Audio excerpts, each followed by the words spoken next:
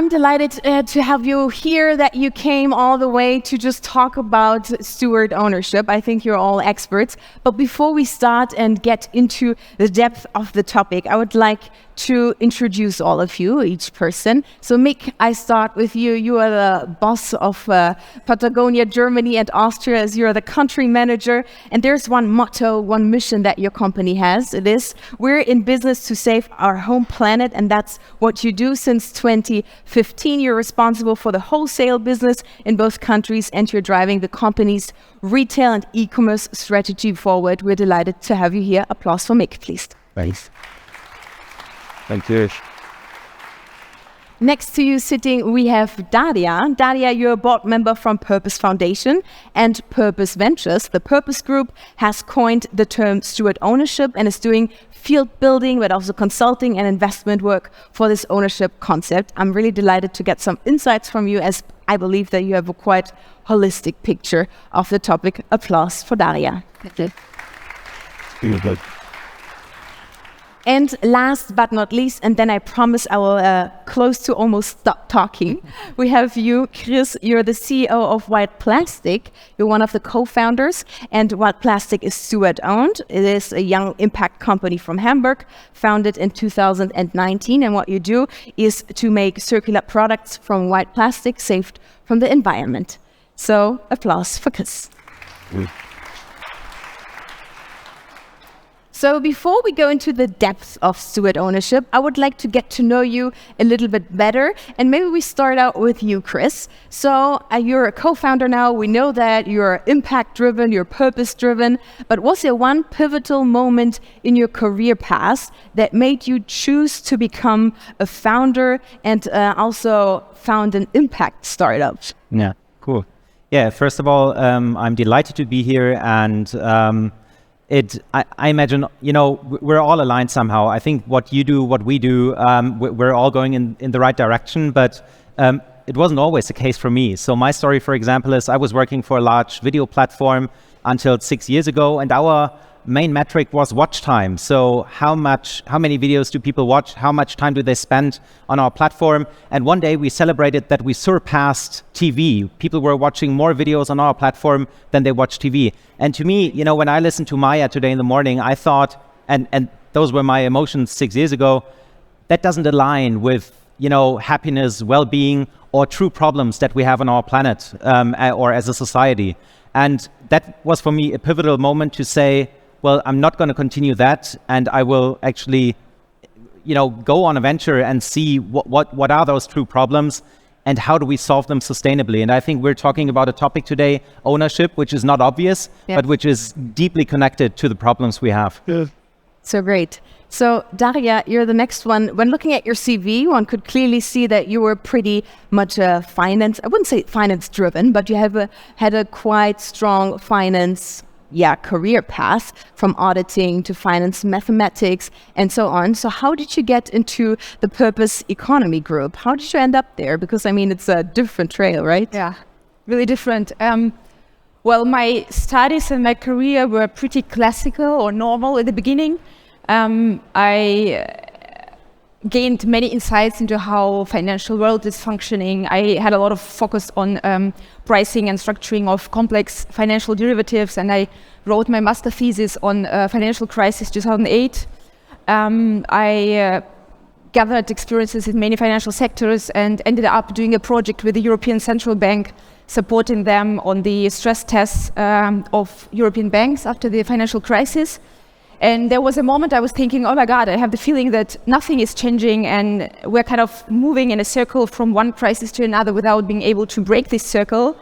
And I felt so sad about my life energy that I was spending on contributing to the world just as it was. And I had a feeling, okay, now this is the moment to kind of radically change that. And then I found my way to purpose, kind of made a big jump. Yeah, sounds good. Could you maybe also explain in one sentence what the Purpose Group is doing? I said it already in the beginning, but maybe one sentence just so we're all on the same page. Yeah, sure. We have many areas where we are active. Like, we are doing a lot of non-profit work. We are doing field building in this area. We are researching on corporate ownership structures and producing open source materials for those people who are interested in this topic. We do consulting for those companies who want to transition to steward ownership, and we also provide those companies with financial support, with financing when they need growth money or money to buy out not aligned investors. Mm-hmm. Thank you, Daria. Now, you, Mick, I have a quite special question for you. So if you could choose one piece of Patagonia clothing or gear that kind of represents your character traits, which one would you take? Pooh. There's many, but if I have to pick one, it's the Storm Racer jacket. All right. It's I tell you why. Yeah. It's a waterproof jacket with a PFC-free membrane. Mm-hmm. It's out of recycled nylon. It's packable. It's light. It's multifunctional. I can use it for everything I do outdoor. Mm-hmm. Mountain biking, ski touring. I can just walking with the kids. I can use it for everything. So I think that's my favorite piece. Sounds good. Sounds good. So let's start out with the depth of the topic, steward ownership. What is it? Maybe we start out with the definition. And Daria, maybe you could give us some insights on what exactly is steward ownership. Yeah, with pleasure. And normally I'd need like 1 to 2 hours to just explain the topic in detail. You don't have that much. But I don't have this time, unfortunately, so I'll try to give a kind of outline shortly. Yes. I mean, basically the concept is really old. It's not new at all. And the first company that implemented it was Zeiss, the German company Zeiss, and it happened 130 years ago, so pretty much time ago. And many other companies joined this flow and followed the example of Zeiss. And we, at Purpose, we had a look and examined many of those companies to analyze their ownership structure and to figure out what the similarities are. And we kind of coined this term of steward ownership. And we figured out that those companies that are steward-owned, that have this ownership structure, they always based on 2 principles.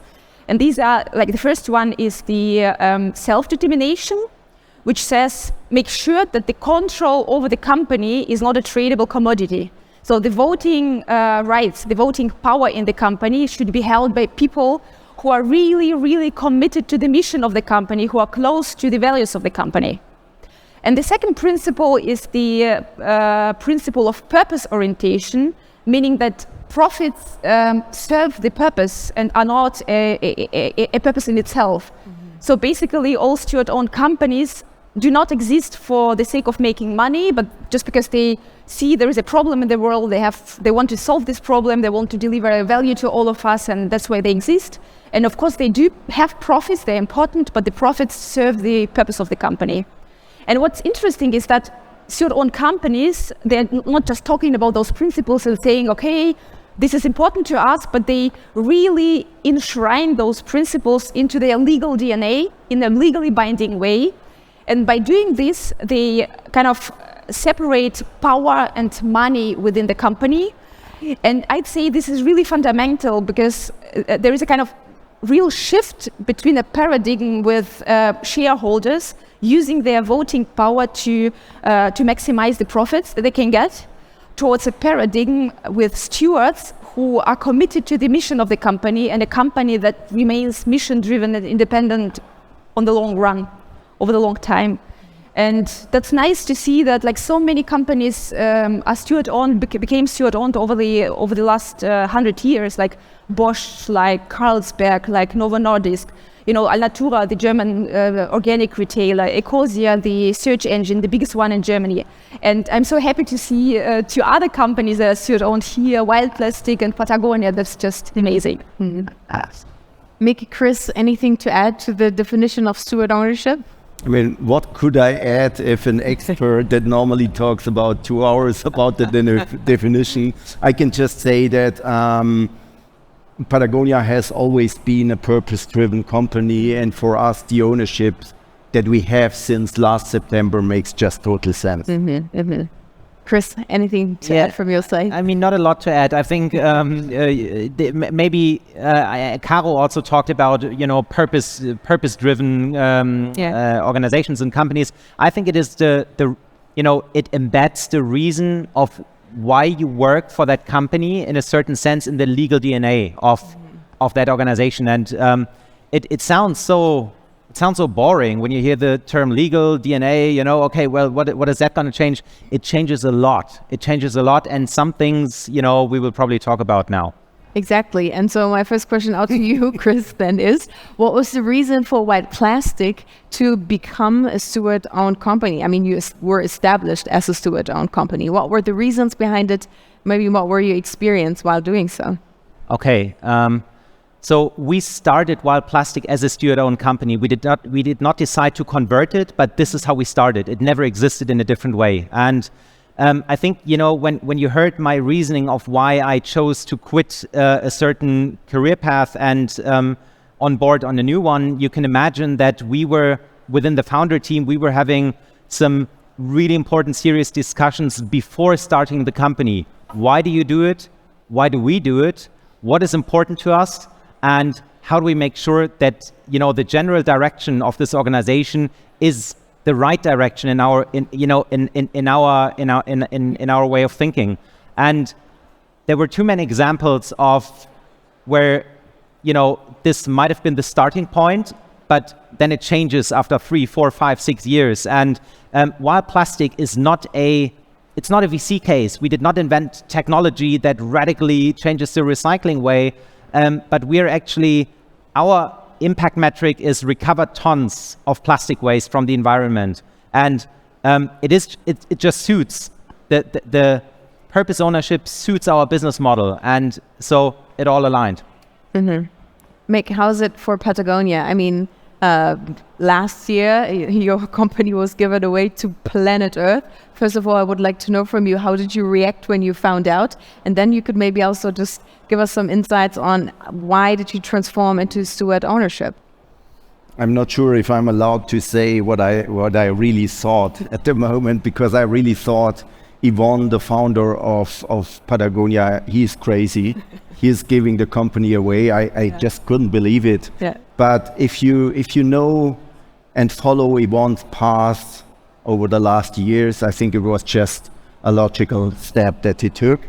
Yvonne is now, first of all, Patagonia is celebrating his 50th birthday this year, and Yvonne is in his mid-80s, and he just wanted to make sure what's happening with the company in the next 100 years. Mm-hmm. And I mean, there was really they thought when they made up the future plans, there were no-goes. They thought about everything, probably apart from becoming a public company. I think that was not an option, but selling the company and just raising the money was definitely an option. Mm-hmm. But at the end, they all thought, the family and also the board member thought, to give the company 100% away will make sure that Patagonia, the purpose, everything will also stay for the next 100 years. Mm-hmm. And then to your second part of the question, it was a big secret actually. Nobody did know what's happening on that special day in September. We all got invitations for a town hall, which is nothing special, normally a town hall, but coming closer to the town hall, it got special because there were rumors that there will be a big announcement. And then on the day of the announcement, my team, all teams around the globe were sitting in their offices, showrooms.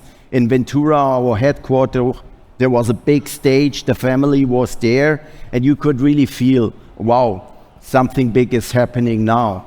And then Yvonne, in his typical way, he was sitting there like me, and he just said, I decided to give the company away.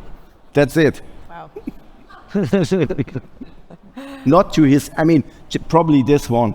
He has 2 kids, is probably not the right word anymore, but he has 2 children that are also working or involved in the company. And I thought he will give the company to those guys, but he said that was not enough. Patagonia is, in the past, we gave 1% of our turnover away to NGOs, and he said 1% is not enough anymore. We want to give 100%. Crazy. And though it was probably shocking news for everyone, you were then probably acclimating to it and saying, okay, yeah, all right, we're sticking to the mission, I guess. But why did it then at the end change everything for Patagonia, but also nothing really? Yeah, I mean, if you hear something like that, I was shocked. In a positive way, probably, after a few minutes. Because you think, oh wow, what happens with me? What happens with my job? What happens with my team? I don't know. But at the end, I mean, I'm always saying it changed nothing, because we want to still be a profitable company, and we need to be a profitable company. Otherwise, we are not able to give any money away. And that's definitely not our purpose. So this is definitely the business side is not changing. What is really changing, and this is not changing since we gave the company away, this probably started already in 2018 when Yvonne changed the mission statement to we are in business to save our home planet. And since then, really everything in the company is questioned. Every product that is produced, every travel, every logistic shipment, everything is really questioned and changed if we can improve something. And this is the reason why everything changed and nothing changed. Thank you. Daria, in relation to our stage topic of people and organizations, we often come across terms such as purposeful leadership, ownership at work. Now, how does steward ownership relate to this context? Well, I would say that there is definitely a link between the modern corporate structures and the modern forms of leadership, and such terms as self-determination, purpose orientation, as I think that all structures that kind of contribute to self-determination and purpose orientation can really unlock human potential within companies, and these words are kind of keywords in the new work as well. And the interesting thing is that these two words, these things, self-determination and purpose orientation, are also the basis of steward ownership. This is something which is the core of steward ownership as well. So I'd say this is the link. Now, a question going out to all of you. How does steward ownership really make a difference for your company? Not only talking about the people, but also talking about the stakeholders you're working with. How do you see it really making a difference? Maybe I start with you, Chris. Yeah, I mean, I already mentioned, I think there's many ways in how it influences the company, and especially in an early stage. I mean, usually in an early stage, you would have to sell a part of your company to raise funds to actually progress to the next level. We can't do that. So that is quite a fundamental change in the way how you have to structure the business. So we had to rethink financing. But also on a people level, I think my colleague Mayu is here, and she joined WILDPLASTIC, and she made really clear actually before joining WILDPLASTIC that she wants to know what she's working for. So and we all do. I mean, we have limited time on this planet, limited energy, and you don't want to let it go to waste. But actually be, whether we're successful or not, that you know what the purpose and the intention is of what you're working for. Mick. Yeah, I mean, looking back at my past, I'm in the business, in the outdoor business since a long time. Coming from a public company to Patagonia, for me, the biggest difference is really the long-term strategy. So we are not thinking in short terms. We are not doing stupid things to reach quarter figures or end year figures. We are just interested really in a long-term purpose. And I think that's the biggest difference for me.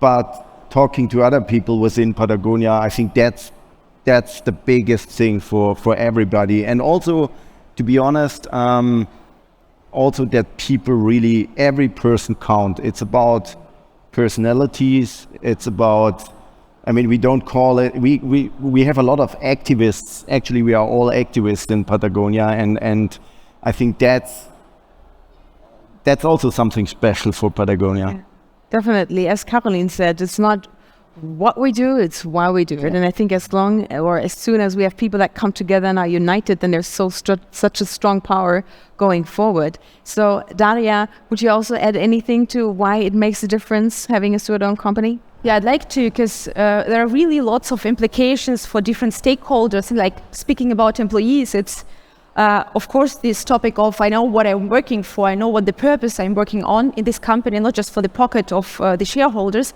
but this could be also a kind of advantage for the employers looking for people on the job market, because it makes you as an employer much stronger. As you know, you can tell people, okay, come to me and you'll really work for a purpose, and it's not just purpose washing, it's true. So you can have kind of advantage on that, especially in sectors where it's difficult to get high qualified people. For instance, IT sector, we often see that. And I think there's also an implication which is important, which concerns the customers, because of course it makes a difference for customers to know, oh wow, when I buy Patagonia products, it's not like a speculation or I'm making someone richer, but all money that I'm paying to Patagonia are gonna cover the costs of Patagonia and gonna be spent on climate protection, and it makes a difference for me as a customer, right? So the confidence towards steward-owned companies is much higher. And what I'd like to mention also is, which is also interesting, this succession question, which is often the case not for startups but for more mature companies, that like people who do not come from rich, like CEOs, employees who do not come from rich companies and have a rich families and do not have a fortune to take over a company, get in easier way access to the corporate ownership. They can easier become stewards and become control over the company than in the normal case. So this is something that can simplify transition to further generations of stewards in the company. So all in all, sounds like it's the perfect fit and the way to kind of do business, but there's still some misconceptions when talking about steward ownerships, and people sometimes think interesting things, and I would like to discuss those. So Mick, first misconception goes out to you, because many people say, okay, when talking about steward ownership, we're actually talking about giving up profits. What's your opinion? Part of my job is, let's say, to establish the strategy at retailers like Globetrotter or Bergfreunde. And I mean, they don't have the same ownership like we have, so they want to grow. They want to be profitable. They want to make money with us. And if you tell them we don't want to grow, it's sometimes not a funny chat you have with them. That's, I mean, I would not call it downside, but that's not always an easy talk, to be honest. And the other thing that also, looking at my job, is it's not a downside, but it's not an easy one sometimes. Challenge. Because at Patagonia, it's you are not successful as a salesperson if you only reach your target. That's not enough at Patagonia. You also need, what I just said, you have to convince Globetrotter or Bergfreunde or Bergside or Conrad or whoever to do windows, not with products they want to sell, but with enviro campaigns, like, for example, our ocean campaign that we are doing at the moment, or with community energy projects and things like that. And this is also sometimes not an easy job. So as you said in the beginning, it's more also being an activist and getting in the way of really making a way for saving the environment. Yeah, interesting. I mean, I asked something you said a couple of minutes ago, that it's still important for Patagonia to make profits, right? So it's not like, because this is something typical that many people would say, steward ownership, this is about non-profit companies. But this is not true at all, because Patagonia is not non-profit, it is a for-profit company. Absolutely. But it decided to donate the profits to give the profits to a non-profit organization, right? So this is a completely different thing. I think the way we work, the way we want to be profitable is a different one. It's a sustainable one. It's a responsible one. Chris, you're nodding. Goes same for WILDPLASTIC.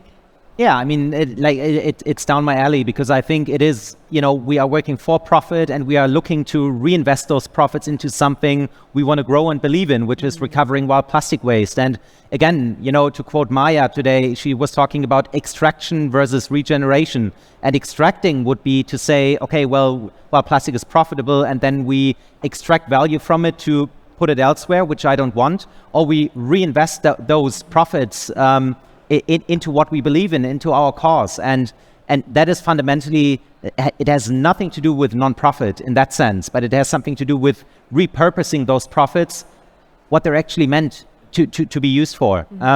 And I think another misconception that I hear quite often is that so steward-owned companies have to serve a certain purpose. So they have to be, it has to be a good cause or a social cause or an environmental cause.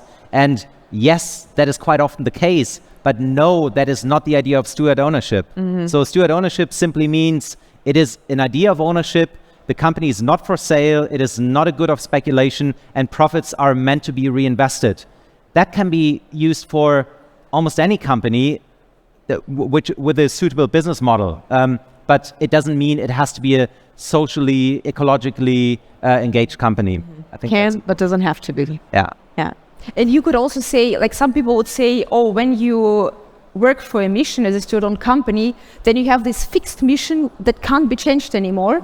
And this is also not the case, because that would be really silly and unhealthy, because I don't know, you can't produce the same thing over 100 years. The world is changing. So this is more about saying the purpose of the company is not in the profit maximization, but you are still free to choose whatever you are working on and what your purpose is. Yeah, definitely. This is the big advantage of a family company that Patagonia used to be, because Yvonne just did it. 2018, he was on a stage like here, he just said, hey, by the way, we are changing the mission statement. Done. So he didn't ask. Yeah. It was like... Just did it. Yeah. Yeah. Daria, what are some other misconceptions that you come along? Do you still come up with some that people have? Yeah.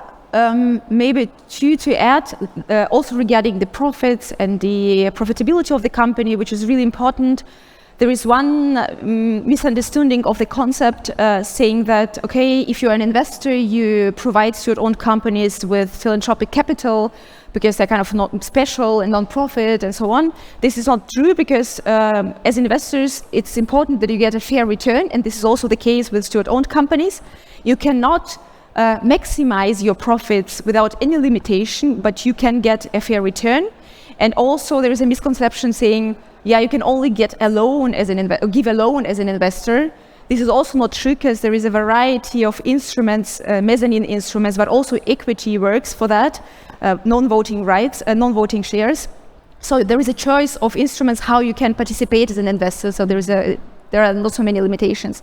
And also as a founder, which is also important, this idea of, yeah, you give away your company and you get nothing as a founder, and you kind of get no compensation, you know that, yeah? No compensation for your tears and sweat and blood and everything.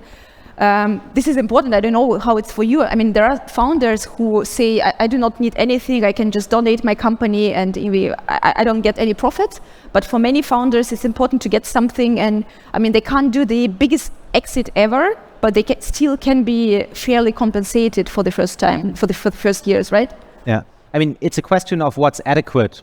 What is adequate? What is also risk adequate? And I want to just mention on the financing side, OpenAI, which you probably all know, is an amazing example of a company that just recently structured its financing in a similar way, which is capped returns. I think up to 100x or so. I don't know the details, but so the idea of, hey, we need to protect this mission of, it is a globally important mission. We need to protect it. And yes, returns can be made, but no, they're not endless. We cannot endlessly extract as much as we want to. And I mean, that resonates with me also from just a very human understanding of how we work with limited resources, right? I mean, you could also take that example and talk about our natural resources. We can't extract them forever as much as we want to.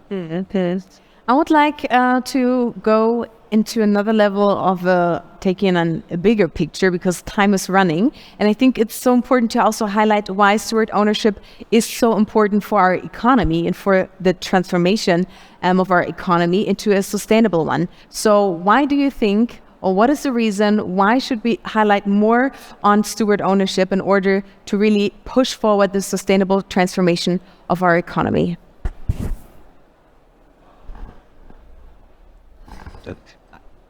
I can. Yeah. So I believe we talk a lot about what we do, the purpose, while plastic is cleaning up plastic waste and bringing it back into the recycling system.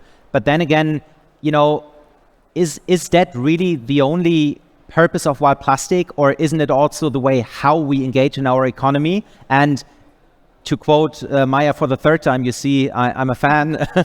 She also said, everything we do has an effect. Everything we do, every change has an immediate effect. And the decision to turn Wild Plastic into a steward-owned company has so many effects that are sometimes invisible, but they are shaping a world that I want to see, to be honest. And it also creates a diversity in our economy. There's not only non-profit and VC funded. There's so many shades of gray in between. Companies that are for profit, but that are not necessarily a VC case. How do we make those cases? Where are they? What are the adequate models? And I think steward ownership is one of the answers. It's a complex world, but we need to start finding solutions that are applicable. Daria, would you add anything to it? Yeah, I think it's interesting because many people would think, this is a new legal stuff, a kind of tool that, complicated and boring that some companies are using. But so important to me, and that's why I want to emphasize that with steward ownership, we deal with the question how power is distributed within the companies. And this question is so crucial to so many stakeholders, to founders, to investors, to stakeholders, to the society in general. And I think if we really want to change the economy, to transform the economy, to have impact there, then we have to not just look at the symptoms, but really look at the core of the problems. And that means basically look at the corporate structures, at the ownership structures, and at the legal DNA of the companies. And I think that, steward ownership has the potential to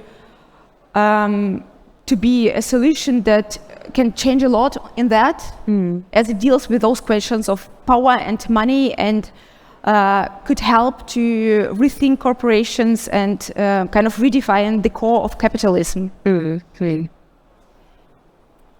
Yeah, I mean, as I already said, I think it's the perfect solution for purpose-driven companies. And I can only give probably one example for what we are able to do within this ownership. And the Fjosa River, I don't know if anybody heard about this river in Albania.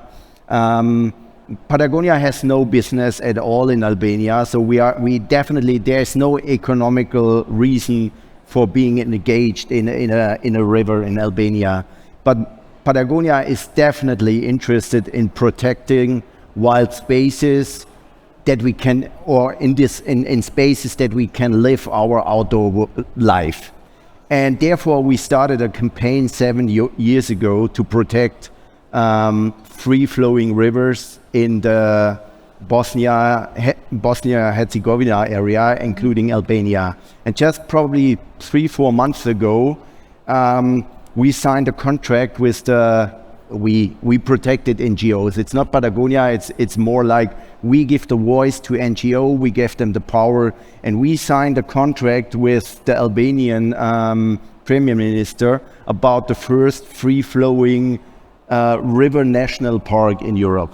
And that is one example for me that is possible. I don't know which other owner structure would things like that support. So coming to... Thank you. Yes, it's an applause worthy. Now coming to the end, the final question, of course, to you all is steward ownership the one way to do business? And would you recommend every company to change into a steward-owned one? I'll give you a few seconds to rethink. And I'll start with you, Mick. I don't think it's the solution and a fit for any company. I think it's a good. There is companies where it fits, and everybody should probably take examples out of those companies and try it the same way. But I don't think it's an overall solution. Daria. Okay, even if I'm working on this topic on a daily basis, and I would, from one part of my heart, say, of course, each company should become steward-owned. From my realistical part of the heart, I would say, well, no. Or at least my head would say, no, that's not true. This is not correct. There are companies that can choose another way, and there are solutions for them, and this is totally fine. And steward ownership is not the best solution for them. But I think it's important, like today we live in a kind of monoculture, having like one huge autobahn, like for those who choose one corporate structure and like VC-based capital and so on. And we need a kind of like, permaculture, I would say, like many solutions, a kind of coexistence of different options for those who want to choose something else.